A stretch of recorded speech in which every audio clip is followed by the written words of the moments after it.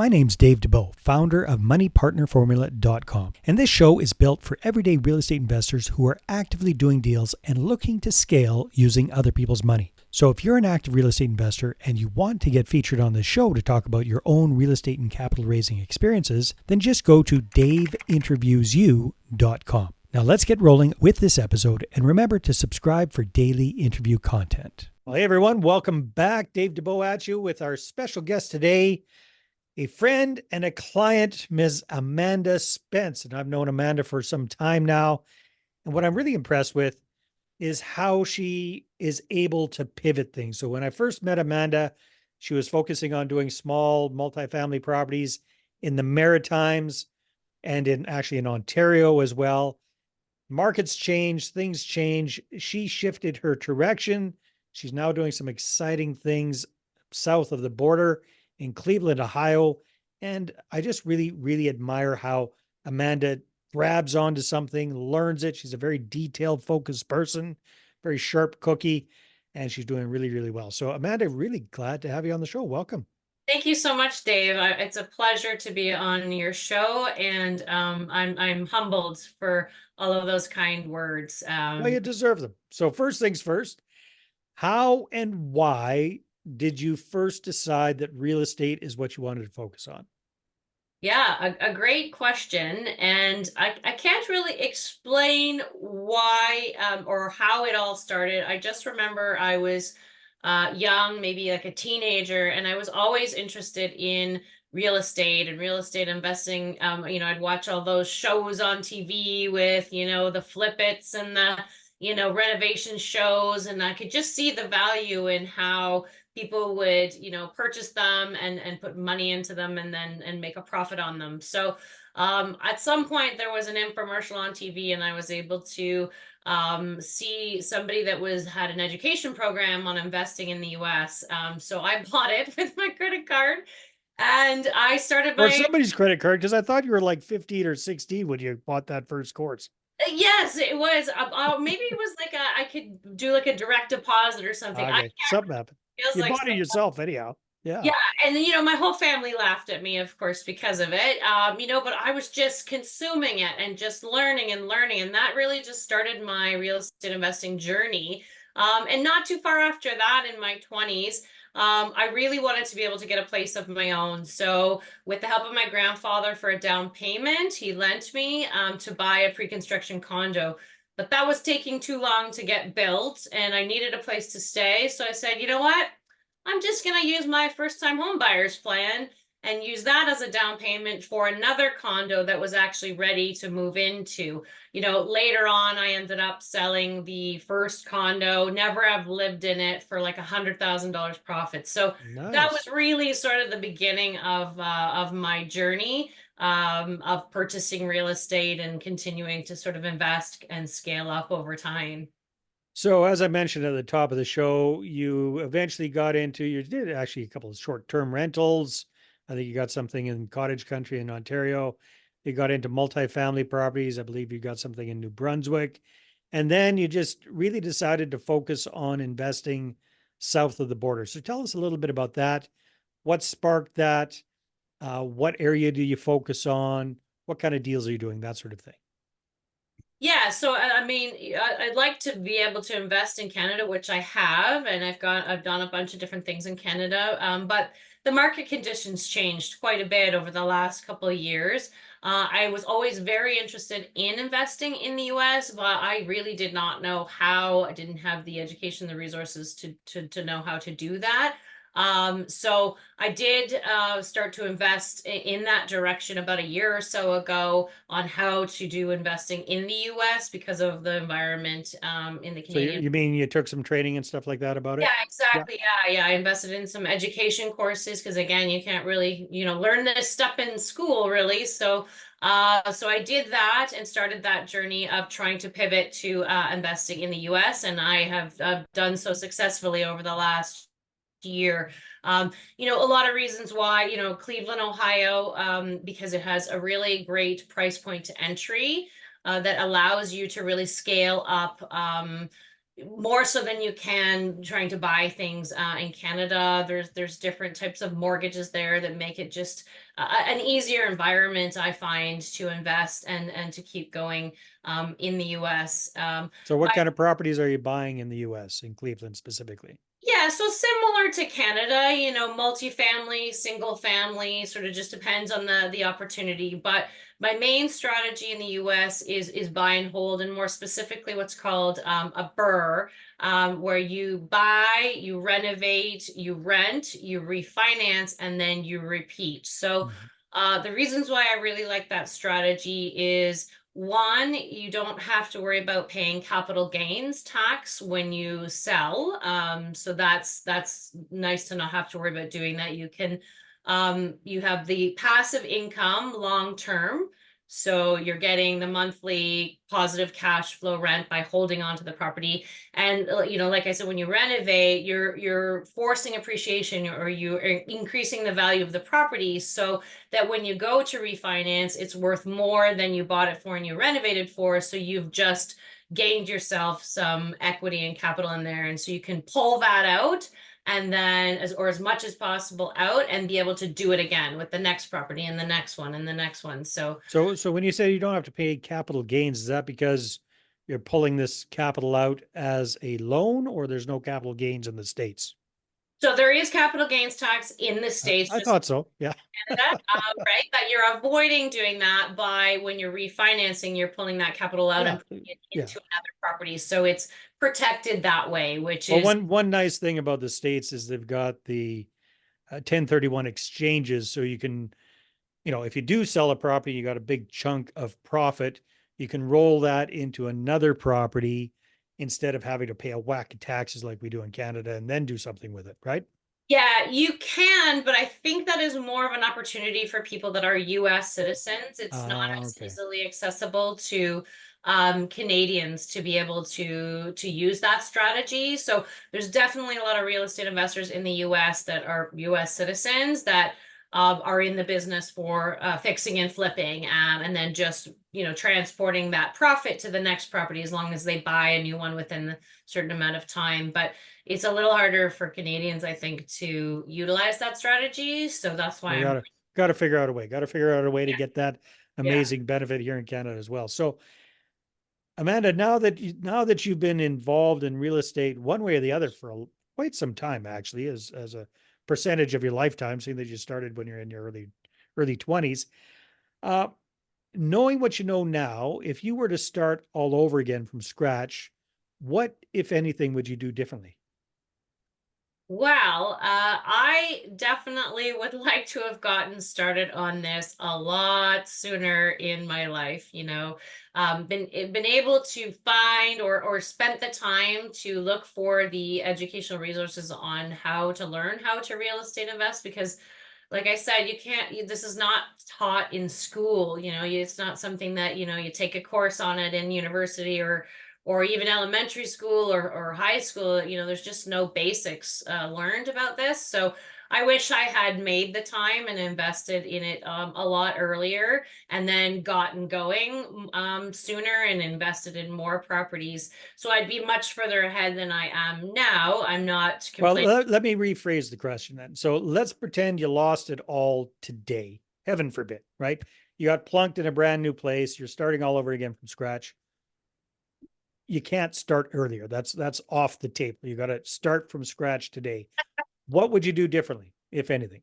I would put more time and effort into and setting aside time to focus on getting the education I need to then do the investing and taking action, because that is one of the biggest things is you can educate yourself, like crazy and then just never take action. So, being patient with yourself and taking time to know that, you're never moving as far ahead forward as you want to, like as fast as you want to, but I would definitely dedicate more time to that so that I could, start purchasing and being feeling confident in doing that sooner, I guess. I was also I had a full-time job before, so I've been out of the corporate world now Plus, for, plus you got a full time family. I oh, mean, yeah, Sure, yeah, I You have got little kids and whatnot. So, kids, two yeah, dogs, all those fun things, and a yeah. husband to deal with too. No, I'm just kidding. Well, yeah, exactly. Another extra kid there. So, yeah, Exactly, right?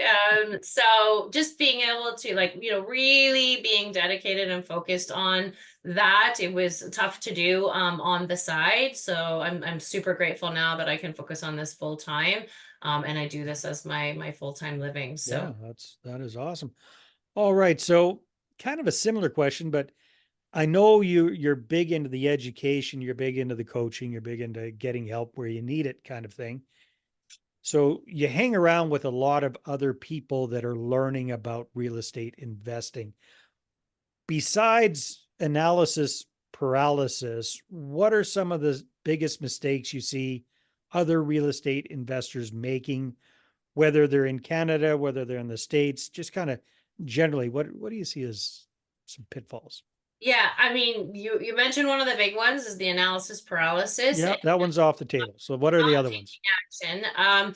I do see a lot of people that invest in like course after course, like program after program, and they doing all of this education but not taking action on it. It's not quite the same as analysis paralysis. I think Um, it's a different form of it, actually. yeah, I think so. I mean, I think it's fabulous and I think everybody should keep learning their whole lifetime as much as they can, but it gets to this sort of tipping point where you need to do something about it, right? Like Yeah. if that's your intention in investing all this money and time and energy into learning how to do it, then just go and do it, right? People there's fear. I think there's a lot of fear of making a mistake or not knowing enough to move forward. But I think people really need to just be confident in what they're learning and know how to do and just take action. And then there's a lot of learning. Like, I mean, there's a saying, right? You if you don't make any mistakes, how are you ever going to learn, right? But I think the fear is because it's real estate and it involves a decent amount of money that the mistakes can be detrimental. But I think, when you're following education plans and programs and you know how to do the analysis of numbers and deals, then, the mistakes really aren't going to be that grave if there are any. So what I'm hearing you say What I'm hearing is is, people get stuck and they don't take the action. They take course after course after course. Fear is the big thing holding them back. So if somebody is scared spitless to take that first step, what recommendations do you have for them besides just yeah. do it? Because that's easy to say, but hard to do, right? So, Yeah, well, I mean, there's a bunch of different things that you can do. So, I mean, it depends on how much time you have and finances to be able to invest in education. But let's say you don't have a lot of that, but you still really want to get into real estate investing. You can see the benefits of doing that. I'd recommend looking for some kind of partnership where you're working with somebody that knows how to do that and has experience and has done it well, that they can work with you together to get invested in properties, or you can work with somebody as like a coach and a mentor, similar to yourself, Dave, and the things that you do to help people.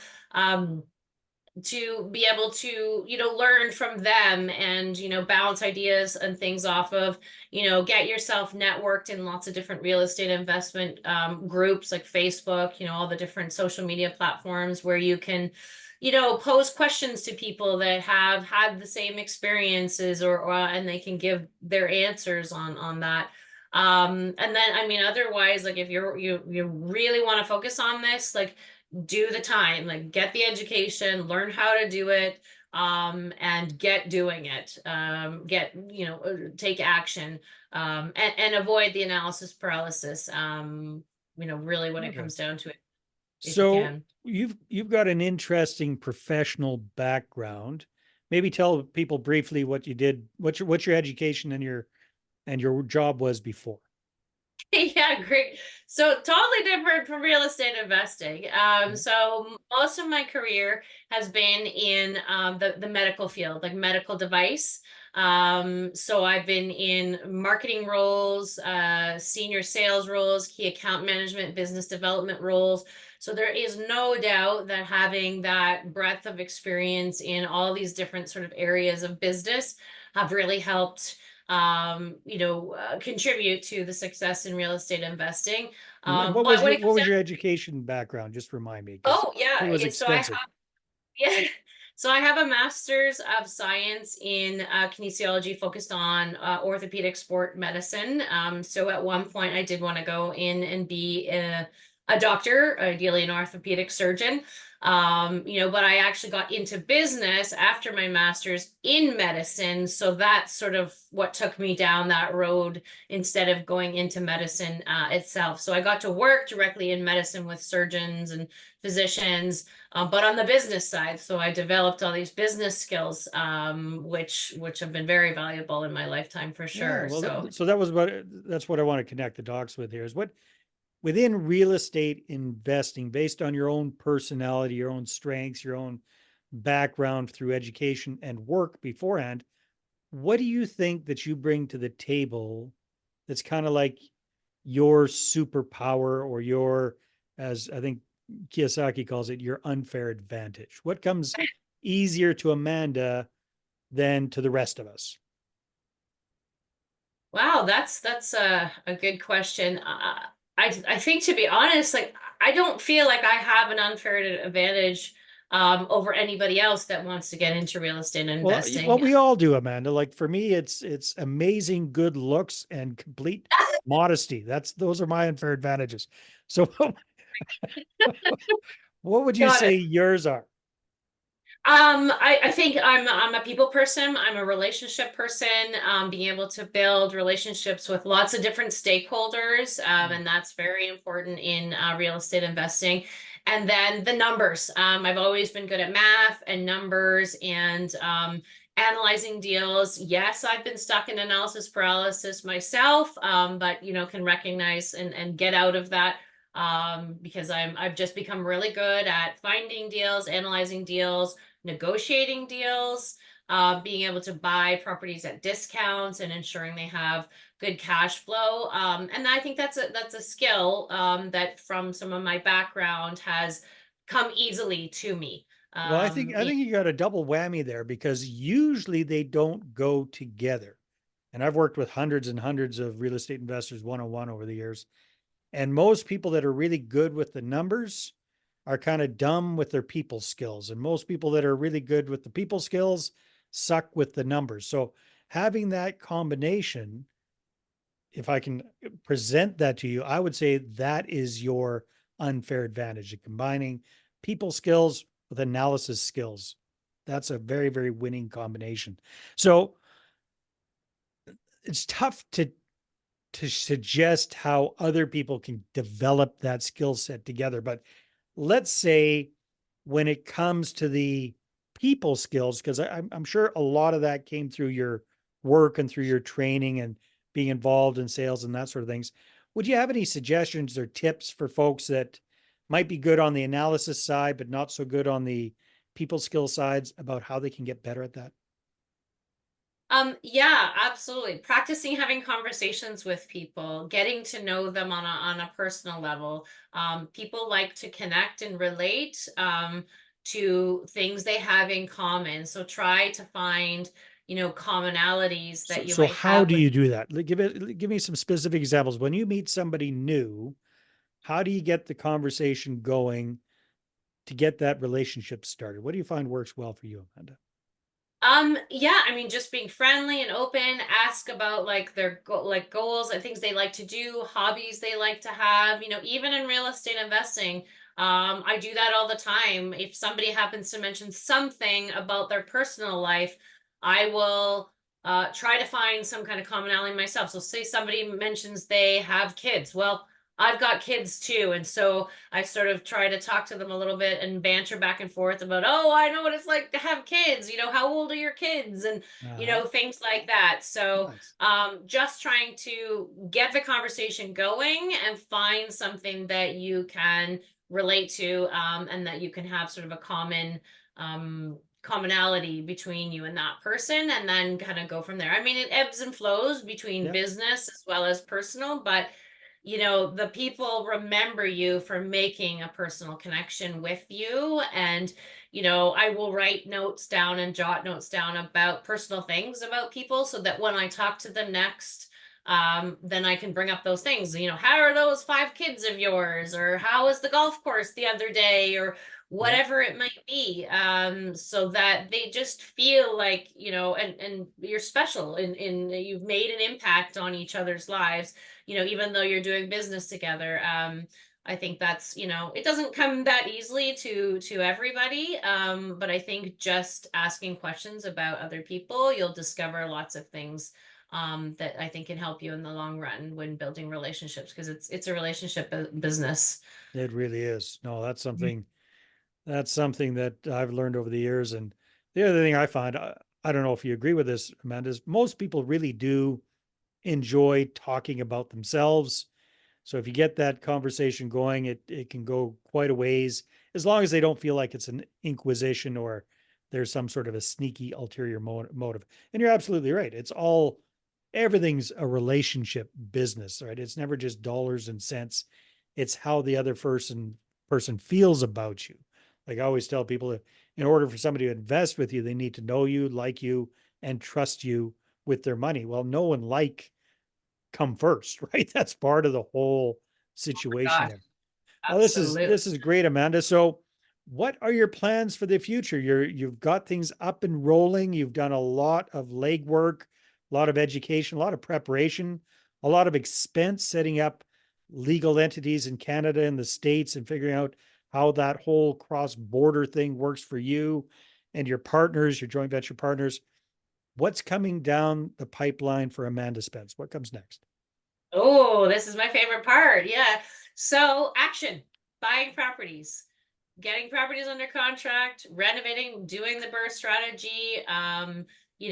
That's what we're in right now. I'm buying for myself. I'm buying with joint venture partners and building the portfolio, all the while building relationships with the community, so that deals, opportunities are coming my way, so that I can sort of get the best opportunities that are out there. So it's just building and acquiring real estate wealth, really. Just And like you said at the beginning, that's yeah, what it's all about for you. Awesome, Amanda. Well, this has been a lot of fun. And if yeah. people would like more Amanda Spence and they'd like to connect with you, what's the number one best way for them to do that? Fantastic. The best way is my website. So amandaspence.ca. That's where you'll be able to find information about me and what I'm up to, as well as my contact information. So you can reach out to me, phone, email, whatever you'd like. Also, I have a link in there if you wanted to book a Zoom meeting, or some kind of face-to-face meeting if we live near each other. I'm happy to do that as well. I love hearing from fellow real estate investors or people that are interested. So please don't hesitate to reach out to me. All right, Amanda. Well, thank you very much for being on the show. Absolutely, my pleasure. And thank you so much, Dave. It's been an absolute pleasure working with you. And I look forward to our future working together. Likewise. All right, everybody, take care, and we will see you on the next episode.